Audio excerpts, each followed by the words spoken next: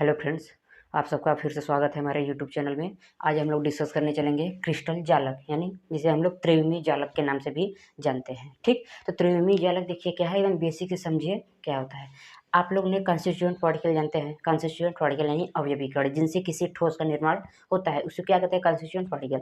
Constituent particle हमने बार बार बताया है कि तीन टाइप के हो सकते हैं, तीनों में से कुछ भी हो सकते हैं। या तो एटम हो सकते हैं, या फिर मॉलिक्यूल, या फिर आयंस हो सकते हैं। यानी हमारे सॉलिड या तो एटम के बने हो, या फिर मॉलिक्यूल के बने हो, या फिर आयंस के बने हो। ठीक है, तो यही जो कॉन्स्टिट्यूएंट पार्टिकल होते हैं, यही 3D में क्या होते हैं, किसी न किसी पर्टिकुलर नियम के तहत क्या होते हैं, अरेंज होते हैं, व्यवस्थित होते हैं। और जब अरेंज होते हैं नियमबद्ध तरीके से, तो उससे एक व्यवस्था हमें प्राप्त होती है, नेट यानी जाल लाइक संरचना प्राप्त होती है। उसी को हम लोग क्रिस्टल जालक नाम देते हैं। जैसे मैं एग्जाम्पल दूँ आपको, मान लीजिए ये क्या है, छोटे छोटे अवयवी कण है, कंस्टिट्यूएंट पार्टिकल है। अब ये क्या है, 3D में क्या है, अरेंज है मान लीजिए। ठीक है, यहाँ पर तो हम 2D ही बता सकते हैं। ठीक है, 3D होता था, एक क्या था, ऊपर के साइड लगा था। ठीक, तो मान लीजिए ये अरेंज है ऐसे अवयवी कण। ठीक, अब ये क्या है, अवयवी कण किसी न किसी नियम, पर्टिकुलर नियम के तहत क्या है, अरेंज है। और इस प्रकार से अरेंज होने के बाद हमें एक व्यवस्था प्राप्त होती है, एक नियमित जो व्यवस्था प्राप्त होती है, वो के किस किस तरह लग रही है, एक जाल नुमा लगती है। ठीक है, एक नेट लाइक लगती है, जाल के नुमा लगता है। इसीलिए हम लोग कहते हैं, अब अवयवी कण आपस में जुड़ेंगे तो क्रिस्टल का निर्माण होगा। अब उस क्रिस्टल का निर्माण तो होगा ही, साथ ही साथ एक जाल का भी निर्माण होगा, जाल नेट का भी निर्माण होगा। जैसे आप लोग वॉलीबॉल इन सब का नेट जाल देखे होंगे। ठीक है, तो ठीक उसी प्रकार से क्या होता है, हमारा क्रिस्टल का तो निर्माण होगा ही, अवयवी कण जुड़ेंगे आपस में, परंतु एक जाल नुमा, एक जालक का भी निर्माण होता है। इसीलिए ओवरऑल हम नाम दे देते हैं क्या, क्रिस्टल जालक, या फिर त्रिविमी जालक। 3 डायमेंशनल स्पेस में जो जाल का निर्माण हुआ है जालक का, उसे क्या कहेंगे, त्रिविमी जालक, क्रिस्टल लैटिस या फिर स्पेस लैटिस कहते हैं। ठीक, तो त्रिविमी आकाश में डेफिनेशन देखिए, त्रिविमी आकाश में क्रिस्टल इकाइयों मतलब अवयवी कणों की नियमित व्यवस्था को ही क्या कहते हैं, क्रिस्टल जालक कहते हैं, क्रिस्टल जालक कहते हैं। ठीक, चलिए ये चीज़ तो हो गया। अब इसमें एक क्वेश्चन अराइज होता है, क्वेश्चन जैसे अराइज होता है कि सर हम अवयवी कण को क्या एक बीमा में ही हम अरेंज कर सकते हैं, कि 2 बीमा में, कि तीनों बीमा में कर सकते हैं? ये तो भाई क्वेश्चन उत्पन्न होता ही है। ठीक है, तो हमारे पास देखिए 3 पॉसिबिलिटी है। इसी तरीके से ये 3 पॉसिबिलिटी हो सकती है। जैसे पहला हो सकता है, पहला क्या हो सकता है कि सभी के सभी अवयवी कण क्या हो, किसी एक पर्टिकुलर बीमा पर हो, एक पर्टिकुलर बीमा पर अरेंज हो, ऐसे किसी एक पर्टिकुलर बीमा में अरेंज हो, तब उसे क्या कहेंगे हम लोग, एक विमीय क्रिस्टल जालक कहते हैं। ठीक है, हाँ। यदि अवयवी कणों के क्या हो, किसी एक पर्टिकुलर बीमा में, किसी एक पर्टिकुलर डायरेक्शन में क्या होती हो, पुनरावृत्ति होती हो, पुनरावृत्ति होती हो, यानी रिपीटेशंस होती हो, तो इस रिपीटेशन से जो हमें प्राप्त होता है जालक, उसे कहते हैं क्रिस्टल जालक तो कहेंगे ही, लेकिन उसमें आगे एक और हो जाएगा, क्योंकि हमने एक बीमा ही यूज किया है, एक डायरेक्शन ही यूज किया है ना, 1D हुआ है ना, एक ही डायरेक्शन यूज है, इसलिए इसे कहते हैं एक विमीय क्रिस्टल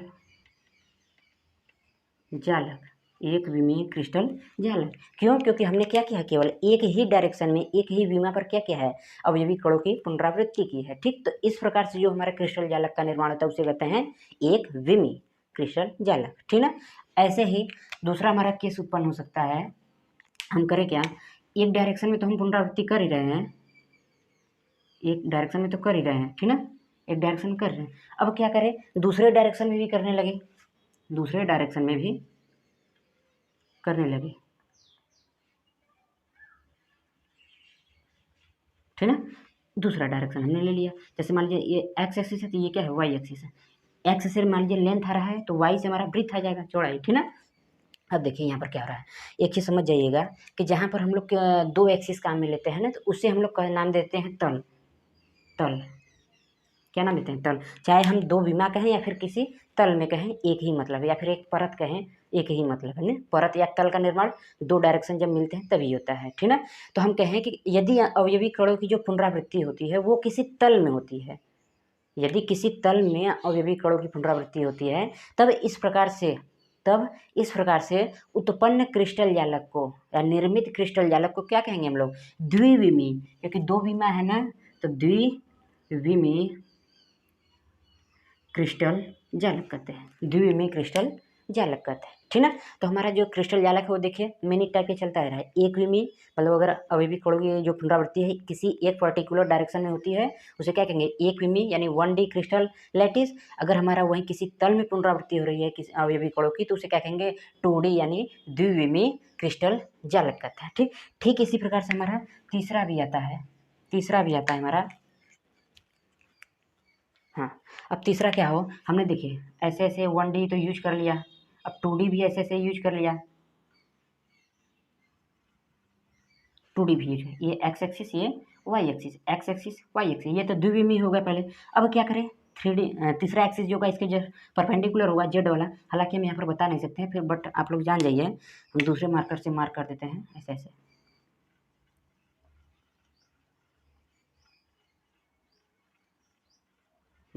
ठीक है, दूसरा ये जो ग्रीन वाला मार्कर है, हम लोग बनाए हैं कंस्टिट्यूएंट पार्टिकल, वो क्या है दर्शा रहा है, जेड एक्सिस पे जो अवयवी कण है। तो इस वाले केस में क्या हो रहा है, यदि हम किसी अवयवी कणों की जो पुनरावृत्ति हो रही है वो किसी त्रिविमी में होता है, 3 डायरेक्शन में होता है, 3 डायरेक्शन में होता है, एक्स वाई और जेड। अगर अवयवी कणों की जो पुनरावृत्ति है, रिपटेशन है, अगर वो क्या है तीनों डायरेक्शन में होती हो, ठीक है, त्रिविमी में होती हो, तब वहाँ पर जो निर्मित होता है क्रिस्टल जालक उसे हम लोग कहते हैं 3D यानी 3 डायमेंशनल या फिर त्रिविमीय, त्रिविमीय त्रिविम क्रिस्टल जालक, त्रिविमी क्रिस्टल जालक कहते हैं। ठीक, तो आई होप ये सब समझ में आ गया होगा आपको। क्रिस्टल जालक किसे कहते हैं, त्रिविमीय आकाश में क्रिस्टल इकाइयों यानी अवयवी कणों की जो भी नियमित व्यवस्था होती है उसी को क्या कहते हैं, क्रिस्टल जालक कहते हैं। हमारा जो क्रिस्टल जालक है वो 3 टाइप का हो सकता है, एक विमी, द्विविमी, त्रिविमी। एक विमी किसे कहेंगे, जब हमारे अगर अवयवी कणों की जो पुनरावृत्ति हो रही है किसी एक पर्टिकुलर दिशा में हो रही हो तो उसे कहते हैं, वहाँ पर जो निर्मित होता है क्रिस्टल जालक उसे कहते हैं एक विमी क्रिस्टल जालक। और यदि अगर 2 डायरेक्शन में अगर पुनरावृत्ति या फिर किसी तल में अवयवी कणों की पुनरावृत्ति होती हो तो उसे कहते हैं द्विविमी। और यदि त्रिविमी में होता है यानी 3 डायरेक्शन में अगर रिपटेशन होता है तो उसे कहते हैं त्रिविमीय क्रिस्टल जालक। अब हम लोग चलेंगे आगे, अपना नेक्स्ट टॉपिक जो है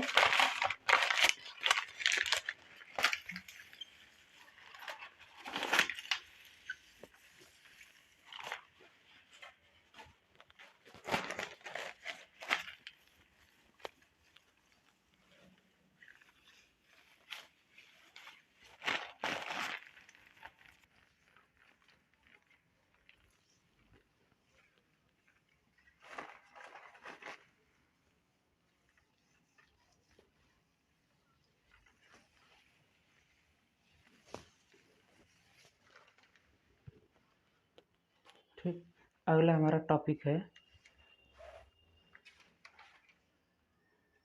एकक कोष्टिका। ये इंपॉर्टेंट टॉपिक है, एकक कोष्टिका, एकक कोष्टिका, यूनिट सेल, यूनिट सेल, एकक कोष्ठिका यानी यूनिट सेल कहते हैं। अब देखिए एकक कोष्ठिका होती क्या है, आप पहले ध्यान से समझिए, मैं एग्जांपल से बता रहा हूँ फिर उसके बाद इस पर आएंगे हम लोग। जैसे हम लोग मकान बनाते हैं, मकान बनाते हैं कोई भी मकान, और उसमें क्या होता है, मकान किस चीज़ से तैयार होता है, ईंट से। जैसे हम बात करूँ दीवार, मकान किससे तैयार होता है, ईंट से ना। वह ईंट को क्या करते हैं, बार बार ईंट को मतलब तीनों दिशाओं में क्या करते हैं, दोहराते हैं, रिपीट करते रहते हैं और हमारा क्या तैयार हो जाता है, दीवार तैयार हो जाता है। और एक टाइम आ जाता है कि हमारा मकान तैयार हो जाता है ना। तो ईंट को बार बार दोहराने से क्या मिल जाता है, हमें हमारा मकान मिल जाता है, ठीक है। इसी प्रकार जो भी हमारा क्रिस्टल होता है, जो भी हमारा क्रिस्टल होता है, किसी क्रिस्टल संरचना का, किसी भी क्रिस्टल, संपूर्ण क्रिस्टल संरचना का वह छोटा छोटा इकाई जिसे तीनों दिशाओं में समान रूप से बार बार दोहराने पर हमारा क्या मिल जाए, संपूर्ण क्रिस्टल जालक मिल जाए, उसे कहते हैं हम लोग क्या, एकक कोष्ठिका। एकक कोष्ठिका यूनिट सेल, जैसे हम लोग कहते हैं ना हमारे बॉडी का यूनिट क्या है, तो हम लोग कहते हैं सेल है, ठीक है। तो वही चीज़ है हमारे यहाँ पर क्रिस्टल यानी किसी सॉलिड का जो इकाई होगा वो क्या होगा, एकक कोष्ठिका होगा। जैसे मैं आपको एक एकक कोष्ठिका का डायग्राम दिखाता हूँ। जैसे ये मान लीजिए कोई क्यूब है, ये क्या है, क्यूब है। अब इस क्यूब को क्या करेंगे, जैसे ईंट भी एक क्या है, एक्चुअली क्यूब ऐड होता है, बट अगर ये क्यूब है, अब क्यूब को बार बार क्या करें, रिपीट करते गए, करते जाएंगे, ठीक ना। क्यूब को क्या करेंगे, इधर बढ़ाते जाएंगे ना, ठीक। ऐसे देखिए, ऐसे बढ़ाते जाएंगे ना ऐसे, ठीक। इधर भी दोहराते जाएंगे, इधर भी ना, तीनों दिशाओं में क्या करेंगे, रिपीट करते जाएंगे तो एक समय आएगा तो हमारा क्या हो जाएगा, संपूर्ण क्रिस्टल प्राप्त हो जाता है, ठीक। तो इसी प्रकार से हम लोग डेफिनेशन दे सकते हैं, किसी संपूर्ण क्रिस्टल की वह छोटी छोटी इकाई जिसे तीनों दिशाओं में समान रूप से दोहराने पर क्या प्राप्त हो जाए, हमें हमारा क्रिस्टल यानी संपूर्ण क्रिस्टल प्राप्त हो जाता है, तब उसे क्या कहते हैं हम लोग, एकक कोष्ठिका। उस छोटी सी इकाई को क्या कहते हैं, एकक कोष्ठिका। जैसे ईंट को हम लोग क्या कहेंगे, एकक कोष्ठिका कहते हैं, ठीक। तो मैं डेफिनेशन लिख देता हूँ इसका आप लोगों को, है ना। जिसे त्रिविमी यानी तीनों दिशाओं में समान रूप से दोहराने पर हमें क्या मिल जाता है, संपूर्ण क्रिस्टल प्राप्त हो जाता है, तब उस छोटी छोटी इकाई को क्या कहते हैं, एकक कोष्ठिका कहते हैं। ओके, आई होप आप लोगों को समझ में आ रहा होगा, ठीक है। जैसे ये छोटा सा एक एकक कोष्ठिका, फिर इसे दोहराएं, ये हो गया, तीसरा इधर दोहराएंगे, चौथा पांचवा छठवां ऐसे चलता है, इसे इस साइड ऐसे ही तीनों डायरेक्शन में दोहराते जाएंगे। ऑलरेडी देखेंगे एक टाइम आएगा हमारा क्या हो जाएगा, संपूर्ण क्रिस्टल क्या हो जाएगा, तैयार हो जाएगा, ठीक। तो इस छोटे छोटी क्या को क्या कहेंगे, एकक कोष्ठिका। मैं एक पर्टिकुलर अगर रेड वाली की बात करूँ तो इसे क्या कहेंगे, एकक कोष्ठिका कहेंगे, ठीक है। ये हो गया। अब आता है हमारा अगला हेडिंग इसी में कि एकक कोष्ठिका के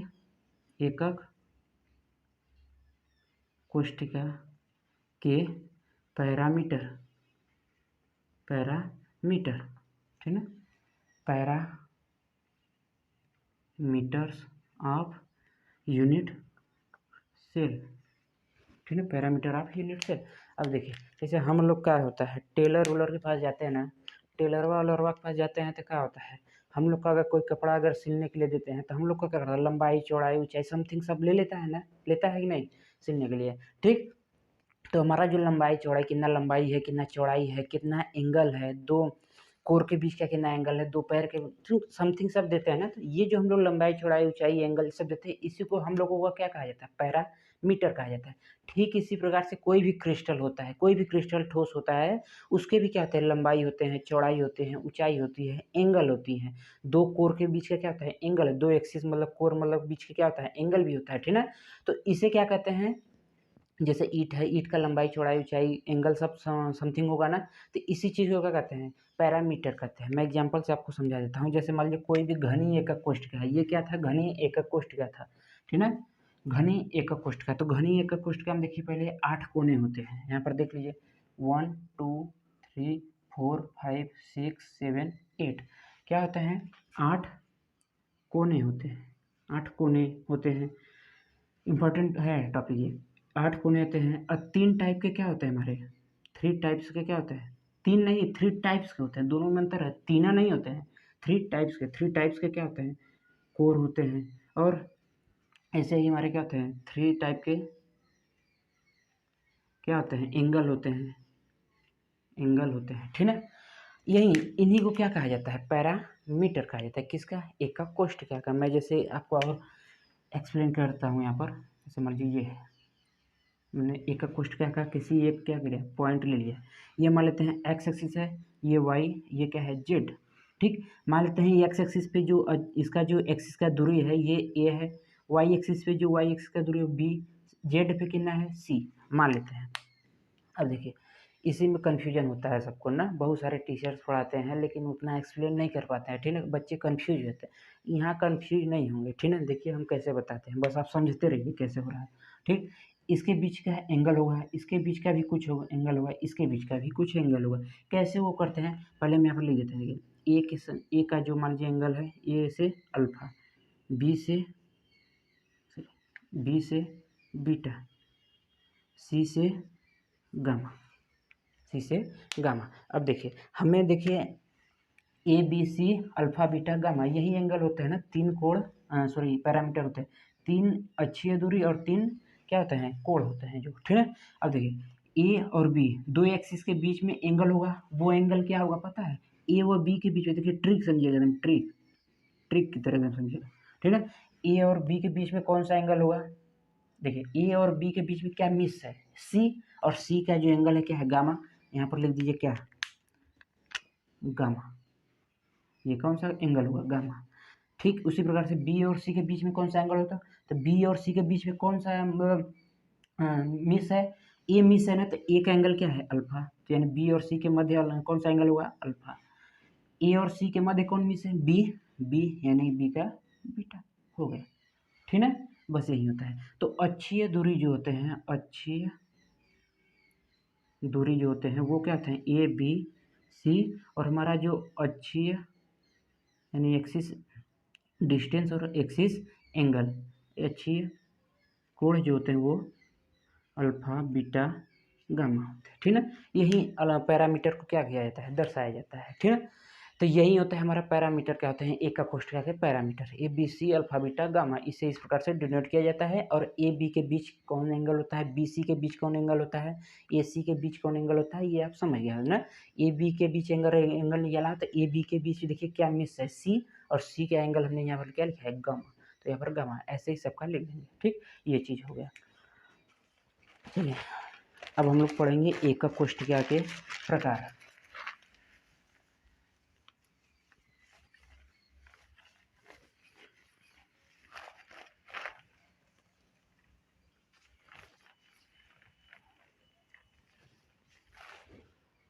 एकक कोष्ठिका के प्रकार, ठीक है। एकक कोष्ठिका के प्रकार, types of unit cell, types of unit cell, ठीक ना। तो देखिए चलिए, टाइप्स ऑफ यूनिट सेल, तो यूनिट सेल मुख्यतः क्या होते हैं, दो ही प्रकार का होता है। पहला होता है सरल या मूलभूत एकक कोष्ठिका, ठीक है। इसको कहते हैं सिंपल और प्रिमिटिव यूनिट सेल, ये कहा जाता है, ठीक। दूसरा हमारा होता है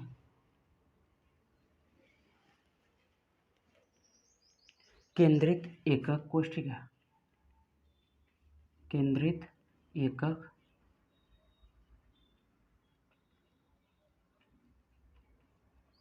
कोष्ठिका, ठीक है। सेंटर्ड यूनिट सेल,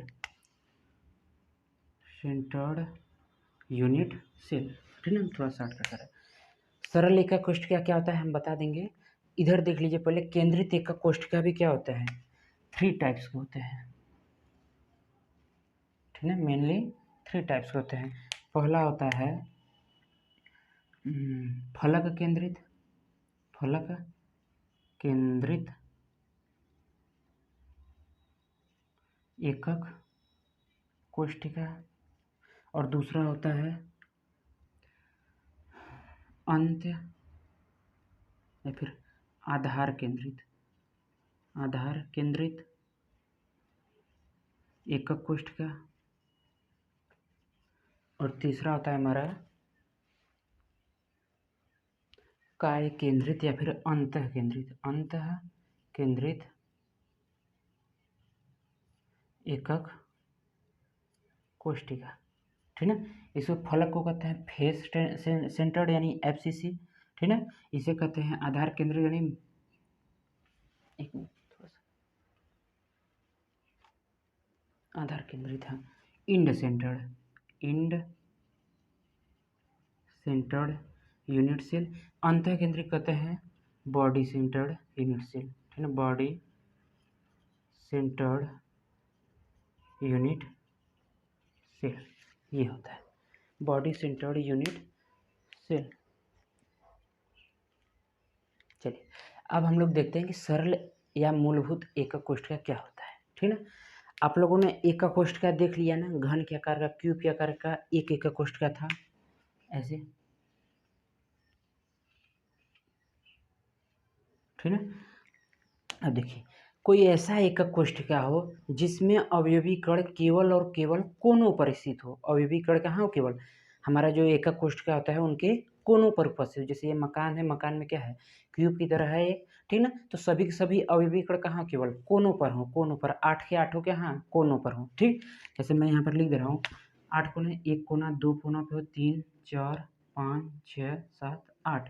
अगर अवयवी कण किसी यूनिट सेल में केवल कोनों पर है तब इस प्रकार से निर्मित जो भी एकक कोशिका होगा उसे क्या कहेंगे, सरल या मूलभूत एकक कोशिका, सिंपल या प्रिमिटिव यूनिट सेल। ऐसी एकक कोशिका जिसमें अवयवी कण केवल और केवल कोनों पर होते हैं। कहाँ होते हैं, आप लिख दीजिए अवयवी कण कहाँ होते हैं, कोनों पर, कोनों पर होते हैं। ठीक, तो उसे क्या कहेंगे, सरल या मूलभूत एकक कोशिका। केंद्रित एकक कोशिका किसे कहते हैं, यदि हमारा जो अवयवी कण है वो क्या हो, कोनों के अतिरिक्त और भी कहीं हो, कोनों के अतिरिक्त और भी कहीं पर अगर पाया जाता हो तब उसे क्या कहते हैं, केंद्रित एकक कोशिका। जैसे फलक पर भी पाया जाता है, फेस पर भी पाया जाता है हमारा, ठीक है, हो सकता है कोर के केंद्र भी पाया जाता है, हो सकता है हमारा जो भी यूनिट सेल उसके केंद्र में भी पाया जाता हो ना। ठीक, तो इस प्रकार से अगर कोनों के अतिरिक्त और भी कहीं है तो उसे क्या कहेंगे, केंद्रित एकक कोशिका यानी सेंटर्ड यूनिट सेल। ये 3 टाइप्स हो सकते हैं। क्यों, क्योंकि जो अवयवी कण और जगह हो सकते हैं, कोनों के अतिरिक्त 3 जगह हो सकते हैं। ठीक है, या तो हमारा जो क्या कहते हैं फलक है, फेस है, फेस के केंद्र पे हो सकता है, या फिर हमारा जो कोर है, कोर के केंद्र पे हो सकता है, या फिर हमारा जो क्या है इंड सेंटर्ड यानी ऊपर वाला जो बेस आधार है उसके अपोजिट कोई भी 2 बेस हो अपोजिट वाले, ठीक ना, उनके केंद्र पर उपस्थित हो। तो इस आधार पे हमने क्या किया है, 3 भागों में कैटेगराइज कर दिया है। ठीक ना, पहला क्या है, एफसीसी। एफसीसी में क्या होता है, एफसीसी में देखिए क्या होता है कि हमारा पहले तो अवयवी कण कहाँ होगा, कोनों पर तो होगा ही है, कोनों पर तो होगा ही, और साथ ही साथ कहाँ होगा, फलक केंद्रित, नाम से सर फलक के केंद्र पे 6 फेस होते हैं। ठीक है, अच्छा हमने उसमें नहीं बता पाया था पैरामीटर में ना, 6 फेस भी होते हैं उसमें। ठीक है, प्रत्येक एकक कोशिका में 6 फेस होते हैं, आप कमरे में देख सकते हैं ना, 6 फेस होते हैं। ठीक है, तो फलक केंद्र का मतलब कोनों के अतिरिक्त, कोनों पर तो रहेगा ही रहेगा अवयवी कण, उसके साथ साथ क्या रहेगा, प्रत्येक फेस के केंद्र पे, जैसे मान लीजिए ऊपर वाले फेस के केंद्र पे हो गया, बैक वाले फेस पे, साइड वाले में, इधर साइड वाला, एक नीचे वाला, अभी एक फ्रंट वाला होगा ना, फ्रंट वाला। ठीक ना, यानी अवयवी कण कहाँ कहाँ कहाँ है, अवयवी कण, अवयवी कण कहाँ है, कोनों पर, इसके साथ साथ कहाँ है, फलक के केंद्र, फलक पर। ठीक, तो उसे क्या कहेंगे, यदि कोई एकक कोशिका जिसके अवयवी कण अगर कोनों पर और उसके साथ साथ फलक के केंद्र पर है तो उसे क्या कहेंगे, फलक केंद्रित एकक कोशिका। ठीक, इसी प्रकार से ये भी होता है। ठीक है, आधार केंद्रित क्या होता है, इसी को नाम, एक और नाम जानते हैं अंत्य, अंत्य, या फिर इसी को कहते हैं, शायद कुछ नाम देते हैं, अंत्य, अंत्य केंद्र, अंत्य या फिर आधार केंद्रित एकक कोशिका। इसमें क्या आता है, अवयवी कण कोनों पर तो सब में रहेंगे, पहले कोनों पर तो रहेंगे रहेंगे, अब कोनों के साथ साथ और कहाँ रहते हैं हमारा, अंत्य केंद्रित, आधार केंद्रित, मतलब कोई भी 2 आधार हुआ अपोजिट वाला उसी के केंद्र पर होगा, जैसे एक ऊपर वाले के केंद्र पे होगा तो एक नीचे वाले केंद्र, इसे क्या कहेंगे, आधार केंद्रित एकक कोशिका। लास्ट हमारा है जो,